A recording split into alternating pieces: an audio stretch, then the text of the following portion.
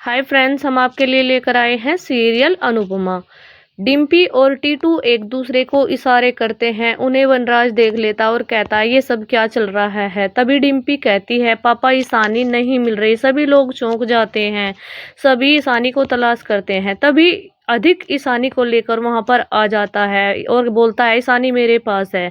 वहां बीजी अनुपमा को लेकर अपने घर आ जाती है और वहां पर फंक्शन में सभी से मिलवाती है और कहती है ये इंडिया से आई है और ये बहुत अच्छी कुक भी है। इसका नाम अनुपमा है।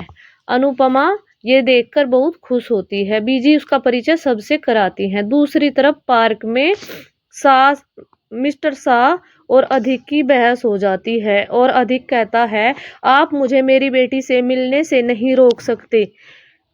मैं अपनी बेटी से जरूर मिलूंगा। उस पर मेरा भी उतना ही हक है जितना पाकी का। मैंने पाकी को तलाक दिया क्योंकि उसने मुझसे तलाक मांगा, इसलिए मैंने उसे तलाक दिया। जो भी उसने मुझसे मांगा मैंने वो सब दिया, मगर जब मेरे पास पैसे नहीं रहे वो मुझे छोड़कर चली गई। अब बताइए इसमें मेरी क्या गलती है। मेरी गलती सिर्फ इतनी है कि मैं पाकी से बहुत ज्यादा प्यार करता हूँ और यही मेरी सबसे बड़ी गलती है। मगर अब मैं अपनी गलती सुधारूंगा। अगर मुझे कोर्ट का दरवाजा भी खटखटाना पड़ेगा अपनी बेटी ईशानी से मिलने के लिए तो मैं वो भी खटखटाऊंगा। पापा, जैसे आपको अपनी बेटी प्यारी है मुझे भी अपनी बेटी ईशानी उतनी ही प्यारी है।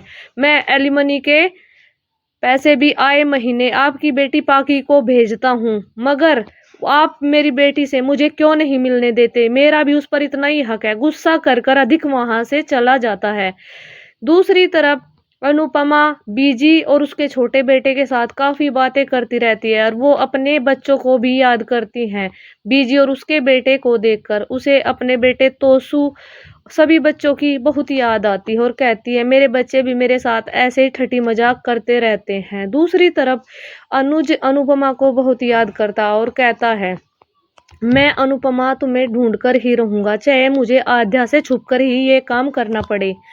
आध्या बहुत परेशान होती है और कहती है अगर अनुपमा फिर से हमारी जिंदगी में आ गई तो हमारी जिंदगी नर्क हो जाएगी। वो काफी परेशान हो जाती है। अनुपमा बीजी के घर पे बहुत खुश है और वो बीजी उसे परांदा भी लगाती है और अपने बेटे से मिलवाती है और बीजी के लिए अनुपमा लड्डू भी बना कर ले जाती है। बीजी उसे गले से लगा लेती है और कहती है बेटा तुम मेरे पिंड की याद लेकर आई हो।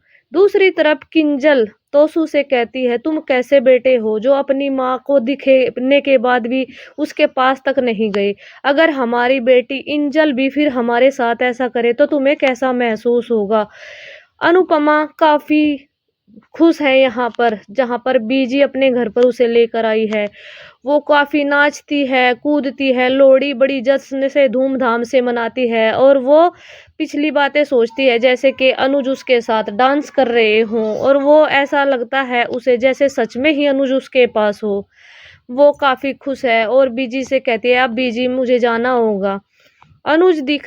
फिर अनुज दिखते हैं और अनुज सोचते हैं जब मेरी जिंदगी में अनुपमा थी तो मेरी जिंदगी कितनी खुश थी। मैं भूलकर भी अनुपमा को नहीं भूल पाया।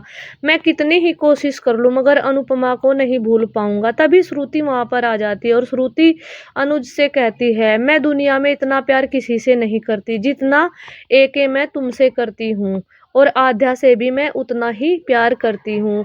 अनुपमा बीजी के पैर लेती है और इजाजत मांगती है। बीजी अपने बेटे से कहती है अनुपमा को छोड़ के आओ। दूसरी तरफ पाकी से कहती है सब गलती तुम्हारी है, इसमें अधिक कुमार की कोई भी गलती नहीं है। वो वनराज से कहती है अगर तुम वक्त रहते ही अपनी बेटी को संभाल लेते तो आज वो नौबत नहीं आती। और पाकी की काफी बहस हो जाती है। पाकी को जोरदार थप्पड़ लगा देती है।